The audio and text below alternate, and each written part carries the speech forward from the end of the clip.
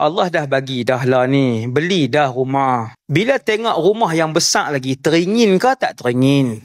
Teringin.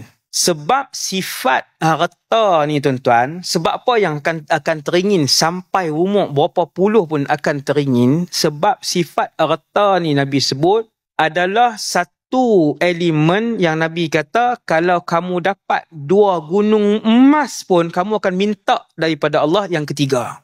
Siapa ajak ni? Rasulullah SAW. Nabi bagi tahu. Betul tak benda tu dalam realiti kita? Betul ya Rasulullah. Hang menega 4 syarikat, hang akan buka yang kelima. Hang dah ada 13 syarikat, pendapatan sebulan dah 100,000 lebih. Dia nak lagi tak? Dia nak. Tak payah sebut 100,000. Nabi sebut yang paling tinggi apa dia? Nabi kata seandainya kamu telah pun memiliki 2 gunung emas. Sebab tu kalau tuan-tuan ada kawan-kawan yang kaya, tuan-tuan akan tengok, dia takkan pernah berhenti. Dia takkan kata, Alhamdulillah Ustaz cukup dah, lega nak duduk saja dah lah ni. Kecuali ketika dia kaya tu dia gila. Dia akan kata, okey cukup lah, tak mau.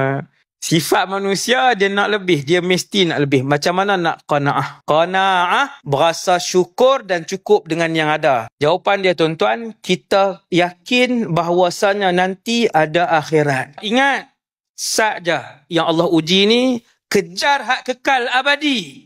100 tahun ke hak dalam syurga? Bukan selama-lamanya. Dapat istana yang besar. Muda selama-lamanya. Tak ada sakit selama-lamanya. Kaya selama-lamanya. Tak ada semayang selama-lamanya. Betul ke Ustaz? Ya.